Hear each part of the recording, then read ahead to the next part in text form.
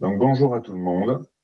Donc je m'appelle Philippe Nebillet. Moi je fais du conseil depuis 9 ans, exclusivement dans le domaine de la stratégie corporate et le digital, dans un cabinet de conseil que certains connaissent. Avant ça, j'ai fait quasiment 18 ans dans l'opérationnel. J'ai passé notamment 12 ans chez Unilever, où j'ai fait de la lessive et de la cosmétique. J'ai été directeur financier, puis directeur marketing. Et après, j'ai été président-directeur général d'une société de cosmétiques avant de me lancer dans le conseil. Donc, j'ai à la fois une expérience un peu opérationnelle et aussi une expérience de conseil dans un groupe qui finalement est pas un peu méconnu. On est beaucoup de nos interlocuteurs finalement ont une image assez traditionnelle et historique du cabinet, mais en définitive, le cabinet bien sûr fait de la stratégie, mais fait aussi des choses extrêmement opérationnelles. Je fais assez souvent des missions de retournement où on prend la direction générale d'entreprises qui sont en difficulté. Donc là, on est vraiment dans l'opérationnel et dans des contextes très compliqués. On fait aussi, bien sûr, dans le détail des intégrations sur des fusions-acquisitions et ce genre de choses. Donc, à la fois un rôle très stratégique et très opérationnel. Vous avez aussi BCG Digital Venture qui ne fait que du digital et qui, en fait, construit des ventures avec nos clients sur des sujets que nos clients considèrent être trop risqués ou trop capitalistiques. Et en fait, le BCG va co-investir avec nos clients pour monter ces activités-là. Une autre activité qui est BCG Platinum, qui est, elle, uniquement faite de data scientists et d'architectes. Donc là, c'est vraiment la partie technologie du BCG. Et enfin, BCG Gamma, qui compte aujourd'hui un peu plus de 1000 collaborateurs, qui sont uniquement des data scientists et des experts en AI. Voilà. Pour vous donner une idée, on a effectué en 2020 un peu plus de 600 projets en digital et un peu plus de 400 projets en AI. Donc, le cabinet est vraiment en train de capitaliser sur une certaine expérience dans ces domaines-là. Alors, qu'est-ce qui s'est passé dans la Covid? Cédric parlait du nouveau monde et que c'était effectivement quelque chose d'interdit ou de finalement peu apprécié par nos compatriotes. Il n'y a pas de nouveau monde. Il n'y a strictement aucun nouveau monde. Ce que l'on a vécu en 2020, finalement, est l'accélération de ce qui était déjà existant en 2019. Là où il pourrait y avoir un nouveau monde, mais on ne le sait pas encore, on suit ça de très très près au BCG, c'est peut-être dans les changements radicaux de comportement des consommateurs, où effectivement on voit des signes extrêmement intéressants, notamment sur tout ce qui va être autour de la durabilité, que ce soit dans le boom du marché de la seconde main en B2C et en B2B d'ailleurs, de la relocalisation aussi industrielle et de la consommation locale. On voit des choses extrêmement intéressantes dont on voyait déjà les prémices en fait en 2019. On a beaucoup écrit au BCG sur ce sujet-là et on voit bien qu'en 2020, on a vraiment un mouvement de fond et voilà, on espère que ce sera validé en 2021. Donc, qu'est-ce qui s'est passé finalement durant cette année 2019? Donc, ce qu'on va faire dans l'étude, d'abord, il y a finalement assez peu d'études qui ont été faites, quantifiées, précises. BCG, on a un partenariat qui s'appelle Fox Intelligence. Ça fait partie de nos partenaires avec qui on a mené des études sur un panel d'environ 2 millions de consommateurs, donc assez représentatif en France. Et on a pu faire des études assez similaires sur d'autres pays. Et finalement, on a vu exactement le même type de tendance. Bon, après, quantitativement, c'est pas exactement les mêmes chiffres, mais les tendances sont exactement similaires, que ce soit sur d'autres pays d'Europe, comme l'Allemagne ou l'Angleterre, l'Italie ou les États-Unis. En fait, ce qu'on a fait d'abord, c'est que durant le premier confinement, il s'est passé un certain nombre de choses qu'on a analysées, et puis après, on a analysé la période entre la fin du premier confinement et finalement le début du deuxième. Donc, on a fait une première étude au mois de mai. On a fait une deuxième étude au mois de septembre. Et en fait, c'est un petit peu l'ensemble de ces deux études que l'on a essayé de synthétiser ici. Et on est en train de mener là, un certain nombre d'études qui seront publiées tout début janvier, que vous pourrez voir sur LinkedIn ou sur Twitter, sur finalement l'intégralité de l'année 2020 et qu'est-ce qui s'est passé à la fin de l'année. Mais je vais déjà vous donner quand même quelques petits chiffres ici. On va regarder du B2C, mais aussi un peu de B2B. Et on va bien distinguer à l'intérieur du B2C la partie alimentaire du reste, parce que la partie alimentaire, finalement, a une trajectoire un petit peu particulière. Donc, qu'est-ce qui s'est passé durant ce premier confinement et cette période post-confinement 1 en ce qui concerne le B2C alimentaire?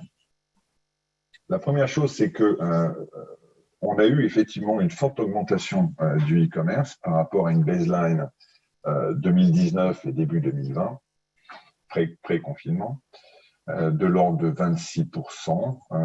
Mais quand vous regardez la courbe en vert, vous voyez qu'en fait, vous avez eu un boom énorme au tout début du confinement et un vrai affaissement, d'accord, sur finalement la dernière partie du confinement et le déconfinement.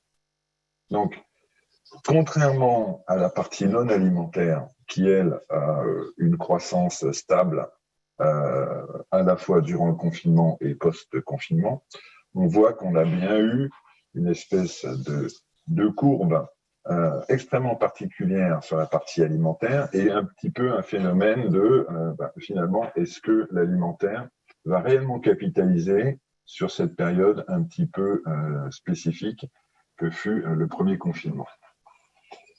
En fait, quand on regarde dans le détail, et c'est probablement un problème d'offre et de demande, plus un problème d'offre que de demande, en fait, ce qu'on voit, c'est que durant le confinement, il y a eu effectivement un énorme recrutement, donc plus de 54% de clients nouveaux, mais finalement, durant la période de déconfinement, donc pré-confinement 2, finalement, très peu de rétention. On passe de 54% à 15%. Et donc ça, c'est quand même quelque chose d'assez particulier. Vous verrez, on a la même analyse pour la partie non alimentaire. Vous verrez que les chiffres sont assez différents. La deuxième chose, c'est que on a eu une augmentation du panier moyen durant le confinement, et en phase de déconfinement, on a eu finalement une assez forte décroissance du panier. Ce qui est aussi l'inverse de ce qui s'est passé dans le B2C non alimentaire. D'accord ? Donc, tout ceci explique finalement cette forte décroissance post-confinement que nous avons vue dans l'alimentaire. Qu'est-ce qui s'est passé, par contre, dans tout le reste ? Alors, dans tout le reste, en fait, on voit que on a eu une vraie croissance. Alors, avec des hauts et des bas, il y a des effets de saisonnalité, il y a plein de choses. Mais en tout cas, on a une vraie croissance par rapport à du 2019 et du début 2020. Là-dessus, il n'y a pas de problème sur l'analyse. Et on l'a vu aussi durant les premiers chiffres qu'on a du confinement 2. On voit bien que cette tendance est fortement à la hausse. Et grosso modo, sur ces industries, on est sur une année 2020 qui va représenter entre 2 et 5 ans de croissance en ligne. Je vous avais dit qu'on avait fait le même type d'analyse que sur l'alimentaire. Au total, sur le premier confinement, on a gagné à la fois en nombre de clients, alors de façon beaucoup moins importante que l'alimentaire, mais l'alimentaire partait de beaucoup plus bas, et on avait gagné aussi un peu en panier. Par contre, vous voyez qu'on a perdu que finalement la moitié des nouveaux clients. 50% des clients du confinement 1 sont restés post-confinement et surtout, ils ont augmenté leur panier.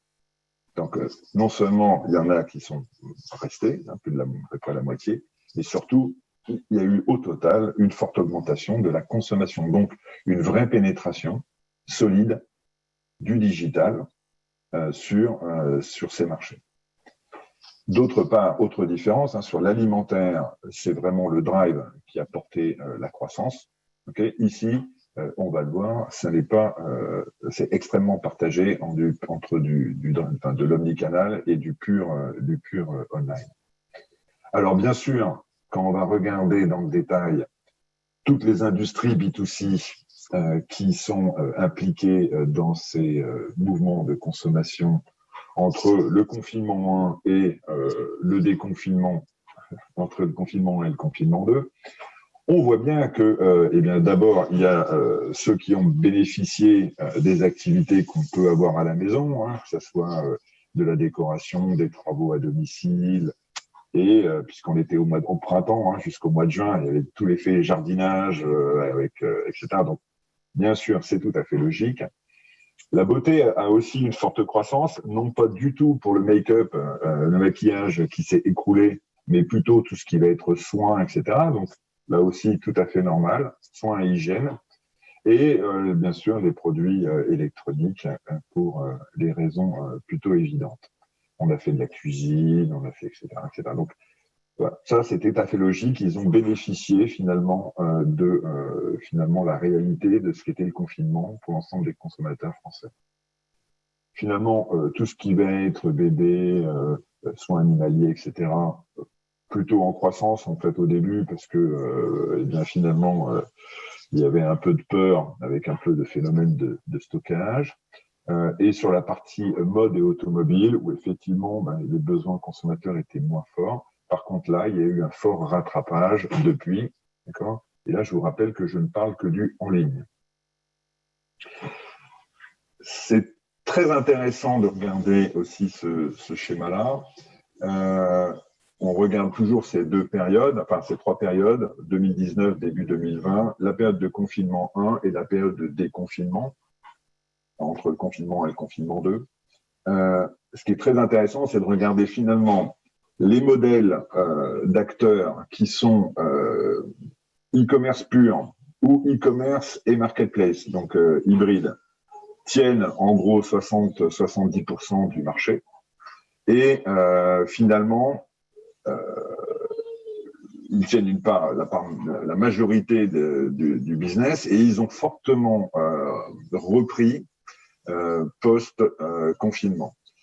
Bien évidemment, on doit rappeler, hein, on a eu des problèmes avec Amazon, qui a eu des grèves dans ses entrepôts, etc. Et donc, ça a énormément pesé, étant donné la part d'Amazon dans le business en ligne. Mais n'empêche que ce qui est intéressant, c'est que on a eu quelques grands groupes, quelques clients qui ont profité du confinement pour accélérer sur leur plateforme omnicanal, développer des drives, même faire marcher les magasins avec du click and collect, parfois un petit peu improvisé, où ils avaient agrandi, par exemple, refondu les magasins pour qu'on puisse faire du click and collect de façon plus facile. Donc, on a vu une forte augmentation, vous le voyez en violet, de la partie finalement omnicanal et marketplace. Ça, c'est intéressant. Donc, il y a eu un vrai phénomène. Malheureusement, ça n'a pas concerné tous les acteurs. C'est vraiment très focalisé sur quelques acteurs plutôt leaders. Le reste, plutôt en retard. Un des gros soucis, alors on n'en a pas parlé, on va pas en parler ici, mais un des gros soucis du commerce, en fait, en ligne, c'est le faible investissement des petits commerçants et leur manque, par exemple, d'intégration sur des plateformes comme Shopify, où là, pour le coup, on est très en retard par rapport à des pays comme l'Angleterre. Donc ça, c'est intéressant. Ça, je vous ai tout anonymisé parce que je n'ai pas le droit de vous donner ces noms-là. Mais là, vous avez les grands acteurs, en fait, du web en France. C'était juste pour vous montrer, finalement, la façon dont ils se sont comportés en termes de croissance durant le confinement 1 et entre les deux confinements. Finalement, c'est relativement cohérent entre les deux périodes.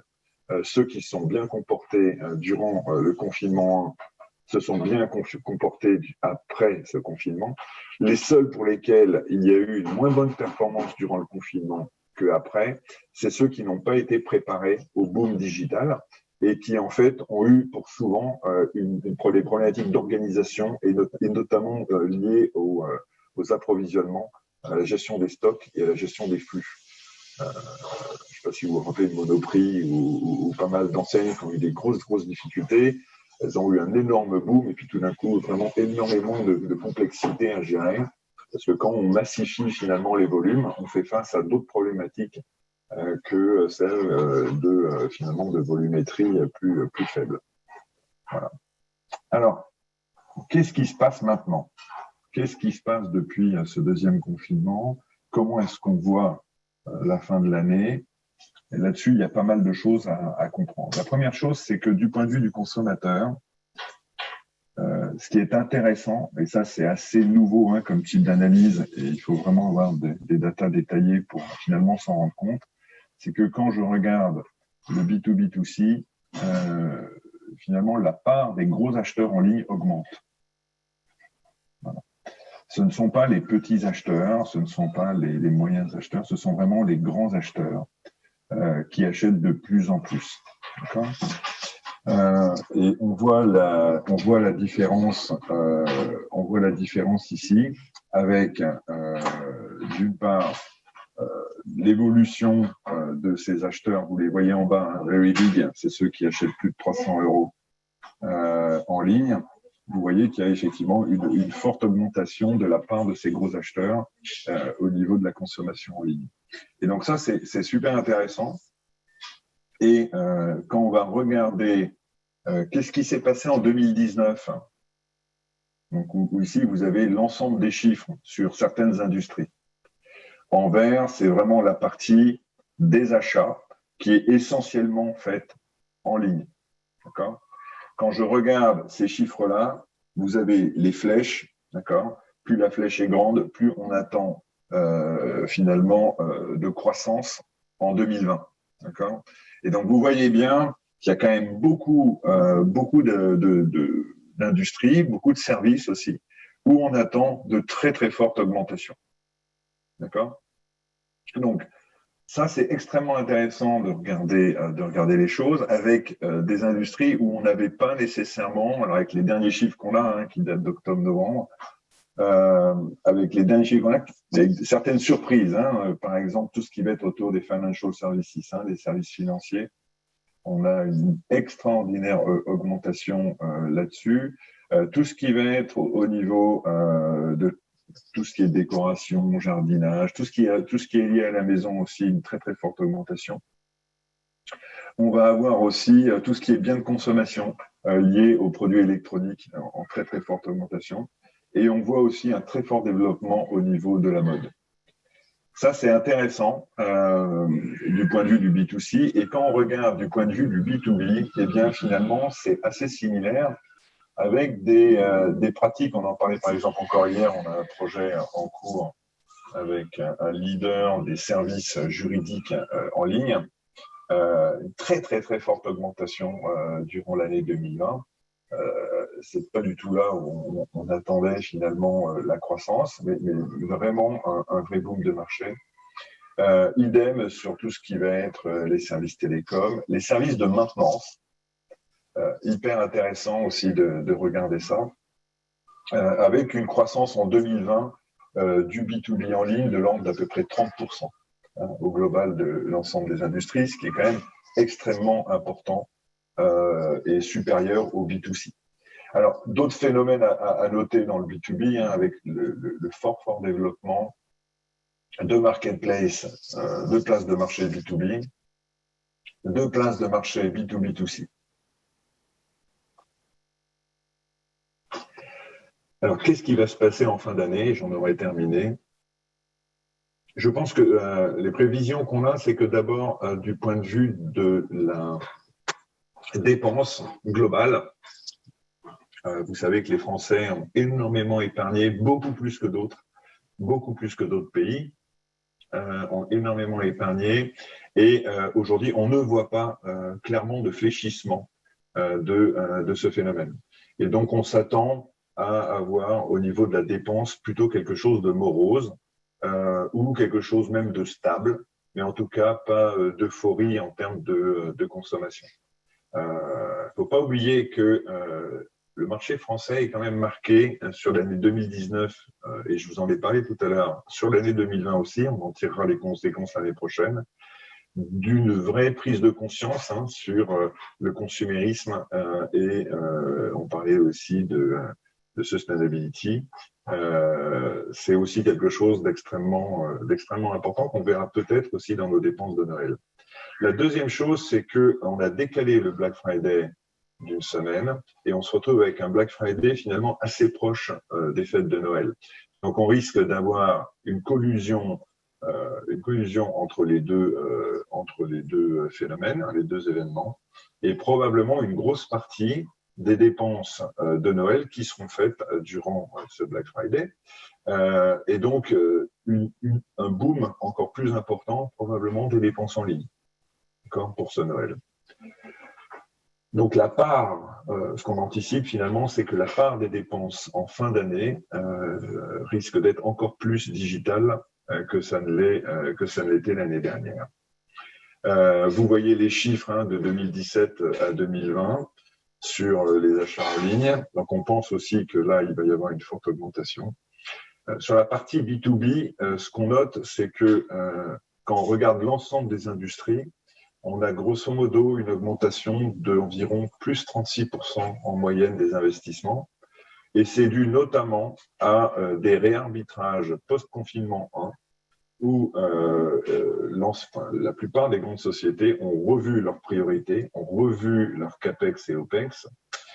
Et si elles ont pu faire quelques économies, en tout cas, elles n'ont pas dépriorisé, ou au contraire, elles ont mis en priorité 1 énormément de projets digitaux.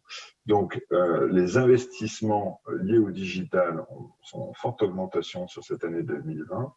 Ça concerne autant la digitalisation de processus internes, ça concerne aussi les transactions avec les fournisseurs et aussi la digitalisation des forces de vente. Voilà.